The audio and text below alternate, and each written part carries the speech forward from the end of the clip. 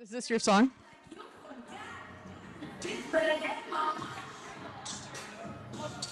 What? You don't want to dance? Working. Oh, you're... Yeah. Okay. All right.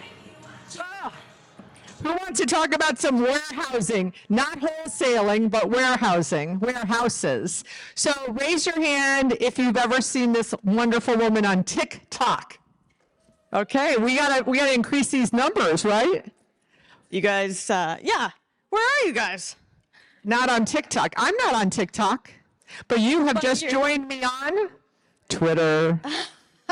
Twitter's the place. I just want to thank Beth.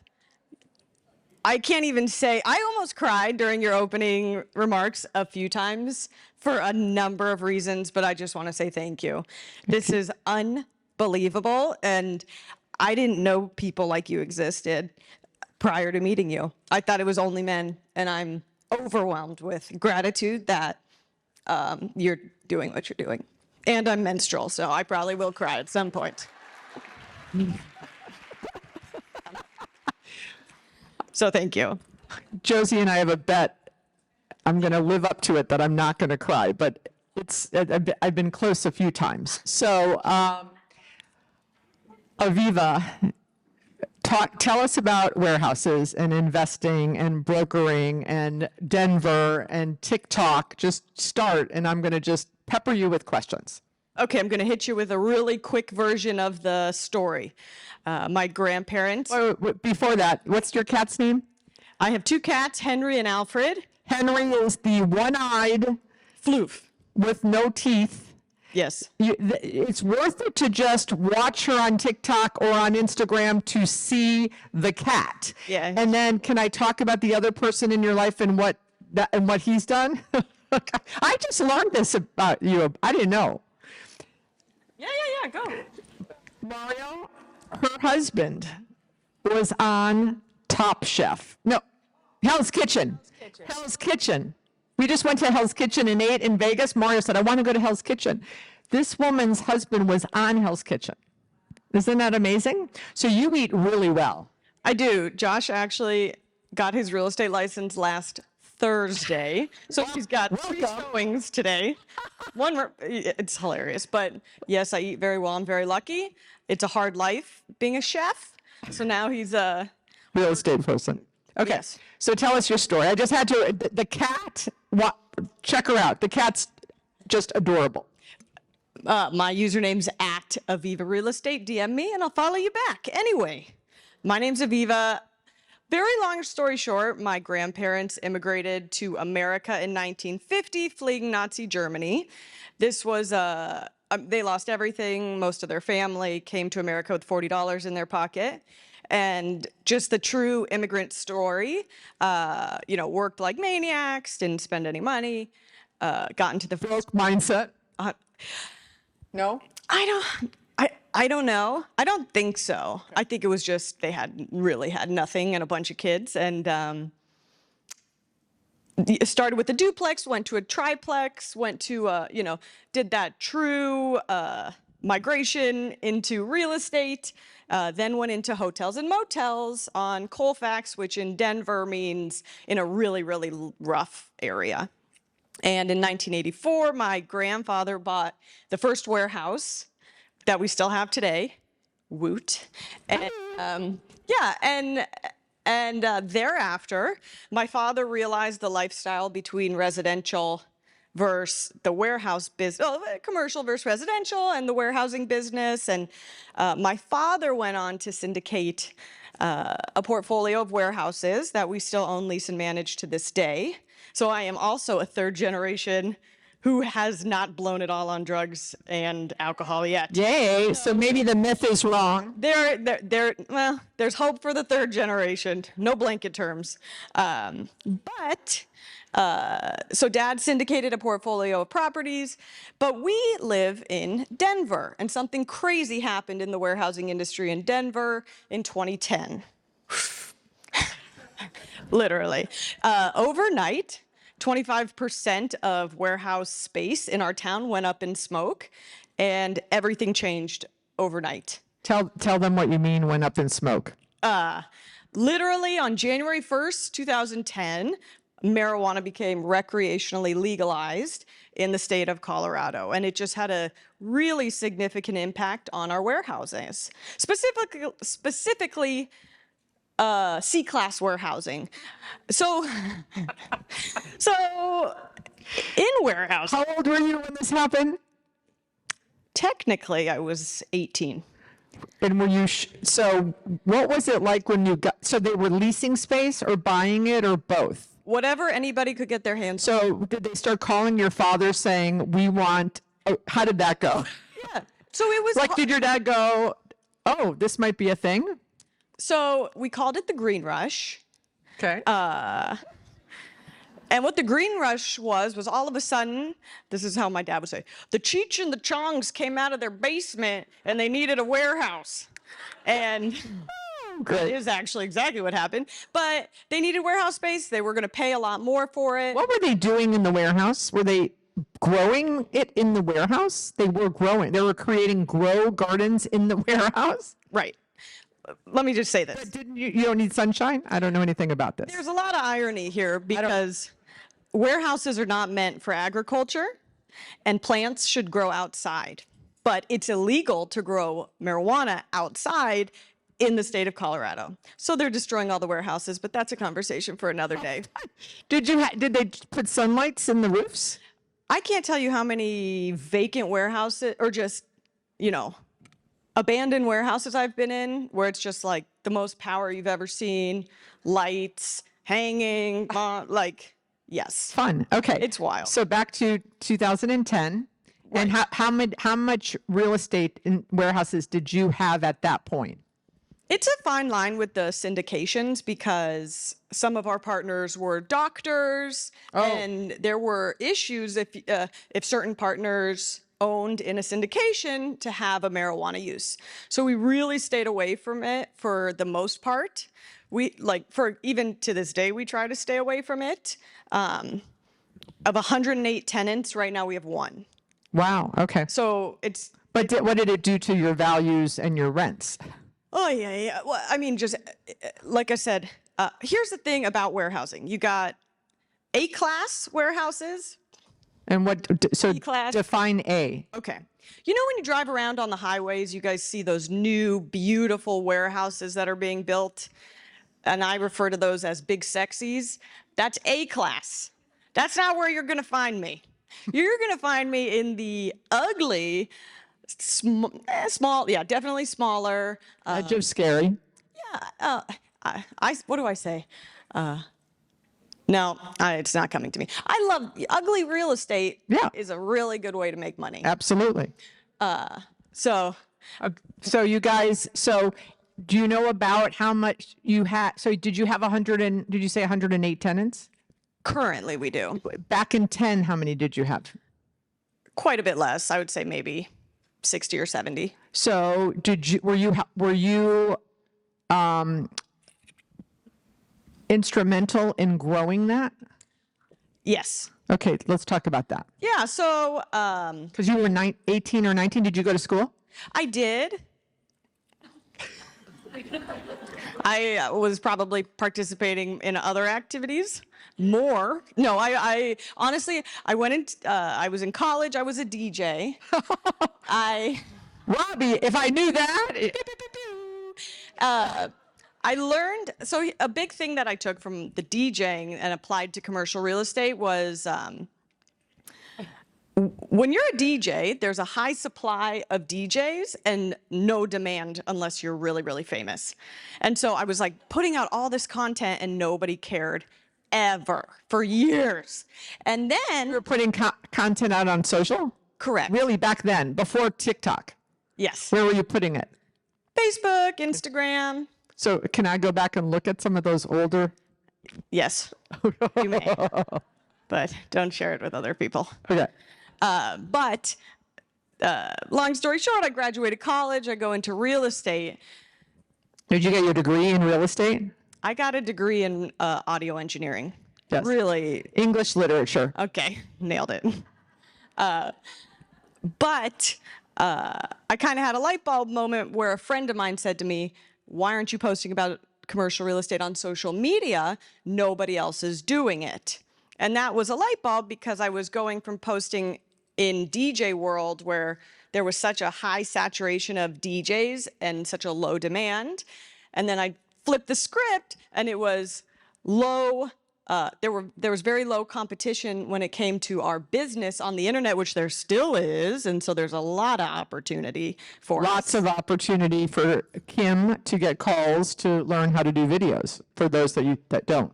Yes, absolutely. Yeah, I mean, there's still a big runway of opportunity, even though people say, like, sometimes we think, no, but there's a lot.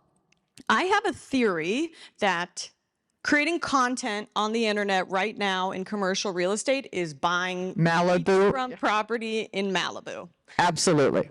And we'll be next door neighbors. Yes. Thankfully. But yeah, so I learned that there was a high demand for this type of content, but a low supply. Bing. And How old were you? 22? yeah, 23, 24. How many years ago was that? I'm 30. Okay. So, Awesome. so yeah, thank you. I wound up going into the family business, which is warehousing, and I'm very fortunate to literally adore my family business. I understand that's a privilege, and I understand just even being born into a real estate family is an obscene privilege. And so I realized one of the many ways, and I'm still trying to figure this out, how to give back, is to educate people about our industry on the internet, because I learned very quickly. I had a comment one time and it was like, essentially it was a person being like, I didn't know you could rent out a house and make money. And I was just like, oh my God, I've been in warehouses my entire life, like watching this. And I just realized what I was raised with and what I was given, and then what people didn't have and didn't know. And something so funny about commercial real estate, I say, is that it's hidden in plain sight, because we all use it every single day. But then people will be like, commercial real estate's dying because of work from home. And I'm like, every single thing in this room was in a warehouse. What are you talking about? But I digress. Anyway, Have you, in the last year or 2 or 3 years, have you guys bought? Or when was the last time you bought a new project? it has been a while, honestly, just because of the differentiation in prices. Right, the price. So I don't know because I'm not in industrial, but I believe, and maybe Jennifer, you might know, or someone in the audience, Miami. So when I first started in like the late 80s, where you could get warehouses in Miami for, I think the rents were like $4. Is it someone? Yes, $4 a square foot. Today, I was at an event where an industrial guy got up there and it was a CCIM thing.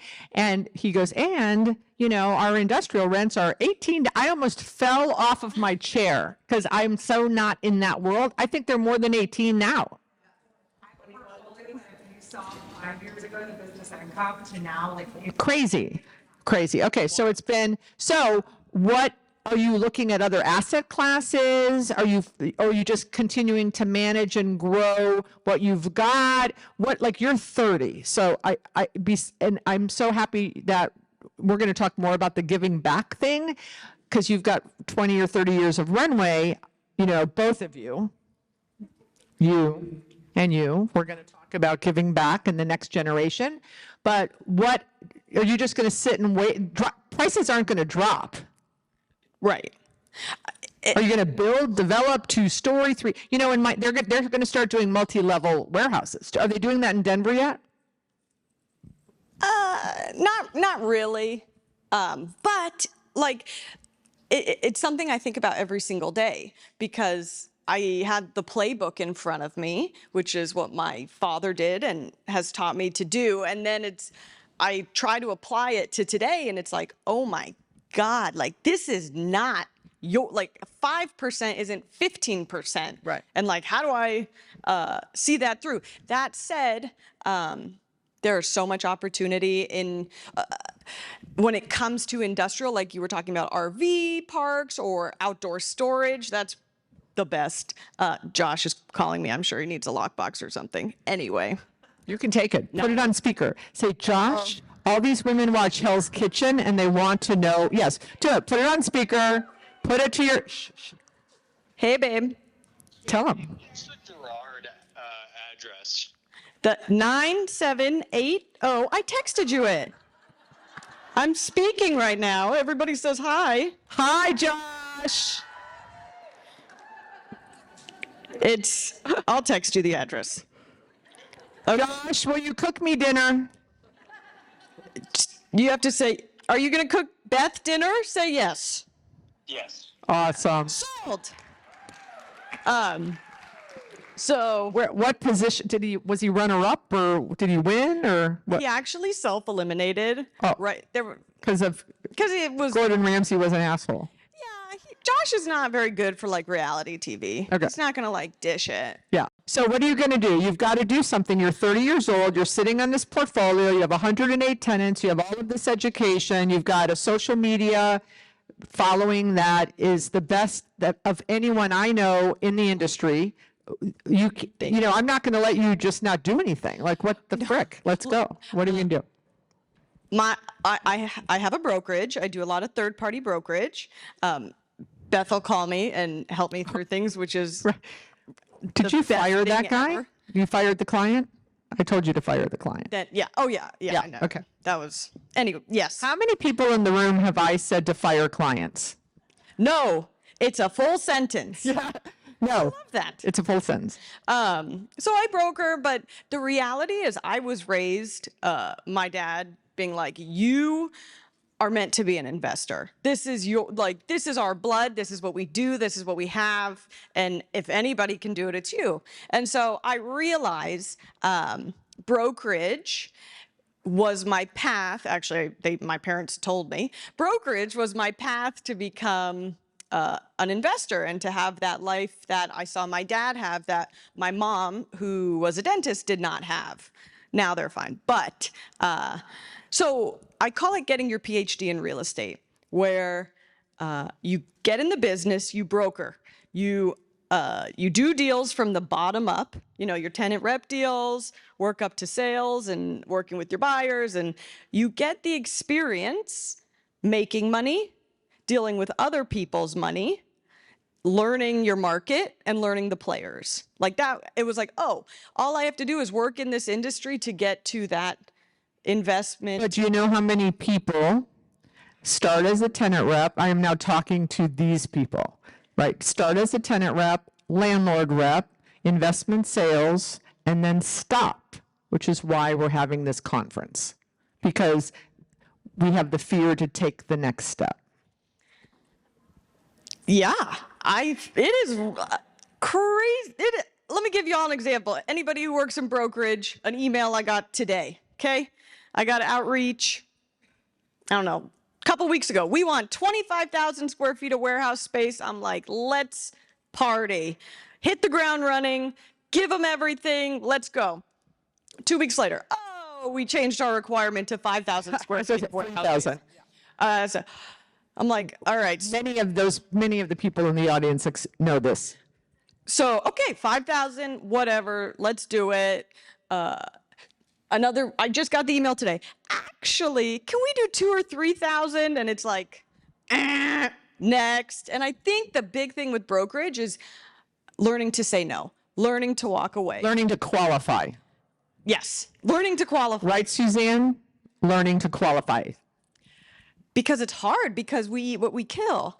And you want to say yes to everybody. You want to please everybody. Nobody told me at the beginning that not everybody was going to work. Or maybe they did and I just wasn't listening. But it's hard. You have to be able to take rejection at a point where you just enjoy it with your morning coffee. And if you can get past that, I mean, that's life and that's reality. And what I say is, like, if you can be successful in commercial real estate, you can live a 1% life, but you have to live like 99% of people won't. And that is living in fear, taking or not wanting to take rejection. It's not fun, but you get used to it. It's like practicing anything. Okay, so back to investing. Yes. The good stuff. In the next 24 months, are you going to buy something? In what asset class and where? Like if I brought you a retail deal, would you invest in it in South Florida? Absolutely. Okay, so you'll be an LP in other people's deals. Sure. And I would love to syndicate my own, but it would be some form of industrial in the greater Denver area just because it's just what I know. Right. Real. So you could be a GP in Denver on industrial. And you would take other people's money. 100%. Okay. And you would become an LP in someone else's deal if you would be an LP in someone else's industrial deal in the rest of the country? Absolutely. If the numbers made sense, Yeah, and you could probably help with that. I'd love Like to. I wouldn't know. If I found an industrial deal, I would just send it to you and say, "Does this work? Should we do this?" Here's the thing about industrial that I've really enjoyed sitting here listening to everybody, and I've heard a lot of the R word, retail. I have not heard a lot of the W or I word, which is industrial warehousing. And That's why you're up here. bing, no, something I don't think. Well, let me tell you something that my father told me growing up. He said, think about a 4-unit multifamily complex. Think about a 4-unit warehouse. Think about in this multifamily complex, how many toilets, dishwashers, laundry situations, disposal. Think about all the systems in your multifamily complex times 4. Now we have a warehouse.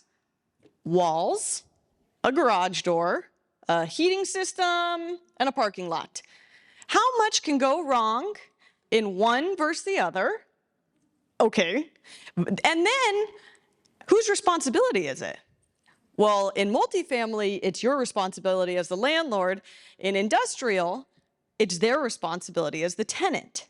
And these are tenants in the trades. These people do construction and fix things for their work. They realize it's faster to fix the issue themselves than ever even pick up the phone to call us. So, Okay, but you still have to expand your portfolio. I'm not going to let you off the hook here. So I love everything you're saying, but you have to start buying either you've got to, like, are you actively looking to buy or not? Because you're just saying the rent's too high, it doesn't make sense. 100% actively looking to buy. Okay, only in Denver. Denver and a little bit north. Okay. But So, but a year from now, because you'll be here next year, right? You're going to come to South Florida next year, March 7th Absolutely. and March 8th. Yes. Did you already sign up? There's already a QR code you could sign up. not yet. Okay.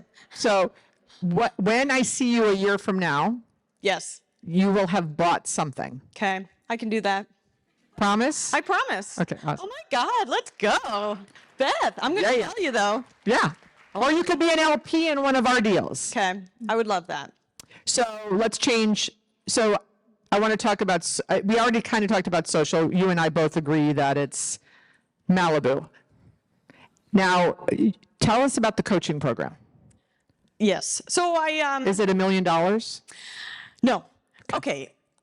I was getting so many comments of, how do I start? Will you teach me? Will you mentor me? It was so overwhelming that it was like, Can I pick your brain? I love that. Not. people's creativity and lack of creativity when approaching is uncanny. But I was just getting a lot of inquiries, and it was like it goes back to supply and demand. Like there was such a high demand for this information, and then very little supply. And I had a mentee, and she was killing it, but like I knew her, I knew it was going to work, I trusted her, and I can't like sit in the car and drive everybody else around everywhere we go like I did, like this like really hands-on mentee I had. And so I created a mentorship program. It's $97 a month where I have like course modules and templates and live Zoom calls and master classes. And is it acquisitions or leasing or both? Okay, 3 pillars. Pillar 1, brand new to commercial real estate. Pillar 2, residential brokers who want to make the switch. Oh, great. Because everybody's been in a everyone deal. calls me for that. Now I know where to send them. Every broker who's been in the business for any period of time has been across the table from a residential broker, and you're like, holy smokes, we are in the wrong room together. Like, we should get a drink, but we shouldn't be at this table because I'm about to smoke you. Or we help them. Or 100%. Or it's like, you should use this LOI. Or we help them. We help them. We help them. Aviva, I have to going more than forward. that. We help them. We help them. We do help them. We do. 3062. I now submit to help whatever them, you say. right? Sydney, we help them. 100%. You're right. And then the third pillar is if you have bought residential, but you want to move into commercial. So that was the way that it was just the way that I could really like share the best stuff to the masses. And I have always, just to be really honest with you, it's been really hard for me to figure out if I want to do it free or paid. Right. But I have noticed people value it so much more when it's paid. It's the hardest. It is one of the hardest things. I would give everything away for free, but then they don't show up 100%. and they don't take it seriously and they don't do the homework. And so it is a hard thing. I would do it all for free, 100%. but I've learned my lesson. Yeah, you show up to the meeting and they're not there and you're like, Yeah, I'm sitting in the Zoom and it's like, hello. So, okay. Well, I'm glad that you are providing the service. Did you love her? Aren't our speakers amazing? You have to follow her on TikTok. I'm not even on TikTok, but I think sometimes your TikToks come to my Instagram because I do see you. so. They better. Thank you so much. Yeah. I get a dinner by Josh. I want to hug the cat. And in 1 year, March 8th, International Women's Day 2023, I'm going to pull you up in the audience and you're going to say, I was an LP or I bought something. Deal. All right. Thank you. DocuSign. Oh, yeah. Yeah, Patty. Outside of selling and coaching or offering that, do you monetize from TikTok? Do you source deals from there? Are you sponsoring? You know, I mean, what's the advantage, right? That's a big effort. Sure. Great question. What's the advantage? That's the question. Let me tell you this. I did every brand deal that was offered to me. And then I realized it was like, why am I promoting other people's things when I should just be promoting my own product?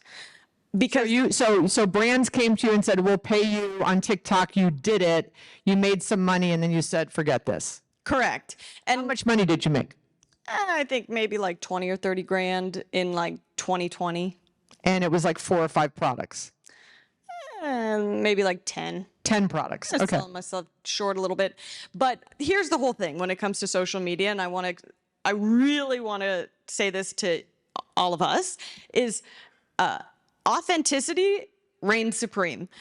When I was talking about some other, when I had a brand deal and I was just talking about it, nobody That's cares. why, that's why it's so important for me to tell all of these people that every sponsor I pay.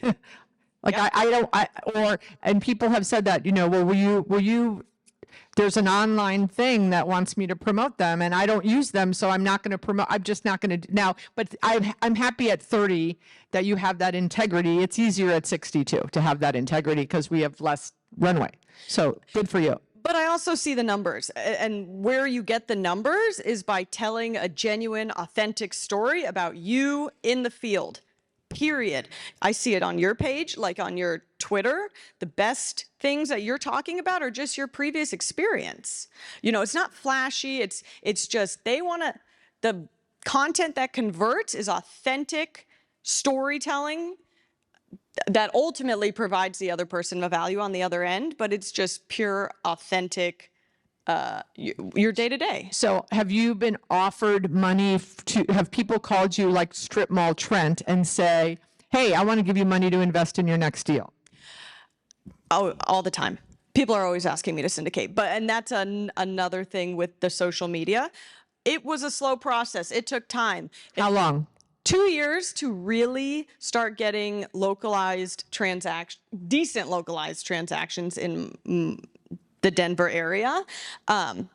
It's a long game. Commercial real estate's a long game, right? We get the most money out of our properties by just buying and holding. So understanding that we're in an industry that's the long game and being, having that grit to see it through. With social media, it's like all you have to do is just post enough for a couple years and it's like everybody because it's not like residential where everybody has a family member, family friend who's a broker. They don't. And so it's like, oh, I see. It's just been a really, really successful way for me to keep in touch with my localized area and then get deals. Where did you start? Which social platform? When it came to our industry, TikTok. Oh, really? You just started right there. So I have noticed you on Twitter. Is this recent or have you been on it a long time? It's recent like me? Yeah. So how recent? Right after Elon acquired it. Yep, me too. Yeah. And Trying to be like you. I got brought into it. Did you get brought into it? Did you get a nod from someone that said you need to be on Twitter? I honestly have no idea. Okay. So Strip Mall Trent. Yeah. So anyone Twitter is where you need to be on commercial real estate platforms right now. It's really fun. And this guy Strip Mall Trent, who's in New York, who owns strip malls, like one day I'm somewhere with my kids and it's like ding, ding, ding, ding, ding, ding, ding. I'm like, what is going on with my phone? And it was Twitter followers. And I didn't even know how to open Twitter. So I had to ask Mario, why is my phone dinging? And he goes, well, who's Strip Mall Trent? I go, I have no freaking idea. Because he just said that you need to we need more Beth Azor on Twitter. So I didn't know who it was. So now, but he's got, 1 million followers. I don't know. He's got some stupid number. So I start following him and I realize he and I could be the same brain. Like he talks everything about strip malls that I do. So then I started following him. So then we met in New York, which, no one knows who's, he's anonymous. Okay. So he reached out and said, do you want to meet in New York when you're there for ICSC? And I said, sure. So, and he would post things like, oh, when I met so-and-so, they were shocked because I already knew them. And I said, if this guy walks in and I frickin' know him, I am going to be pissed. But thank God I didn't know him. So he walks into the coffee shop and we meet, and he's raised $10 million on Twitter on syndications. $10 million. And I have evidence of that. So he says, you're really missing the boat. You really need to get on Twitter. So I said, okay. Wow. So I said in January, I'll commit to starting to post. And then, so I did that for 4 weeks. And then on February 1st, I started my story of the day. And my first story was about canvassing a bridal salon. It got 210,000 views. Crazy. And it was crazy. Crazy. And since then, from February 1st to February 9th, okay, I got $100,000 of direct business on Twitter, on consulting assignments, workshops. I was on LinkedIn for 7 years, and I cannot count to one piece of business that I directly got from LinkedIn. I know I got business on LinkedIn, but there was no, we want to hire you, call me right now. And that has happened on Twitter in the first 10 days of February. What do you think the difference is? So I've been trying to figure that out. This is what I think. I think that on LinkedIn, there's asset managers. Okay. Or bankers. There's people that kind of have time and they can read these long posts, right? And I think the 20, 30 person and less, like the 5 person, 10 person, 50, the hustlers that own strip centers, like the 3 strip centers in Denver, they're on Twitter and they're doing this. And when they come across someone that's got content that can educate, they stop, they read it. And I've gone since January 1st, I think I was at 2,500 or 3,000 followers. I'm at, I think, 12,000. Amazing. In like 30 days. Outrageous. So I've told some people here, I've been harping on this Twitter thing for the last 60 days. Yep. So I just want to say something Oh, Mo. Give Mo a mic. So Mo is my social media person. Stand up. And she crushes it. And Mo, so everyone says, do you do your own posts? So and this is always my answer. I do all my own posts unless it looks formal and organized, and then Mo does those. But if you see me with my camera, or if you see me just vomiting, that's me. But if it looks pretty, it's Mo. So for everybody that's going to jump on Twitter, because you are, you're going to use the hashtag CRE and hashtag retweet, because that is the hashtags you want to follow. There is a lot of content that's happening on Twitter right now. The one thing that I'm going to tell everybody about Twitter, and this is a stat from 5 years ago, a tweet will lose its power within 18 minutes of you tweeting it out. So if you have a following of 1,000 people, it's going to lose half of its viewership within 18 minutes. That was from 5 years ago. So that's how fast Twitter is. So if you are going to dedicate your time like Beth did and create the content, the stories, you are going to have to be consistent. If you go on Twitter and you see how often she posts, she's posting at least every other hour actual stories, right? She's actively responding to the people who comment to her as well. That's not me, that's Huge. her. Yeah. You have to respond. Any platform. Somebody comments, you comment back. Thank you so much for engaging with me. Thank you so much for leaving your comment. I appreciate you. The more you comment back, the more you engage with the people that are engaging with you, the more that the algorithm picks up that, oh, hey, this person is actually engaging on the platform. We're going to share their content with more people. So Thank you so much. if you're going to get on Twitter, be active. Be active. Any social media platform. Yeah. You just want to, the whole thing is all these companies just want to keep you all there as long as possible. And not have a life. Correct. And if you can foster a place where people want to read your tweets, engage with them, they're going to reward you. And that works across platforms. Okay, so let's give Aviva a round of applause, please.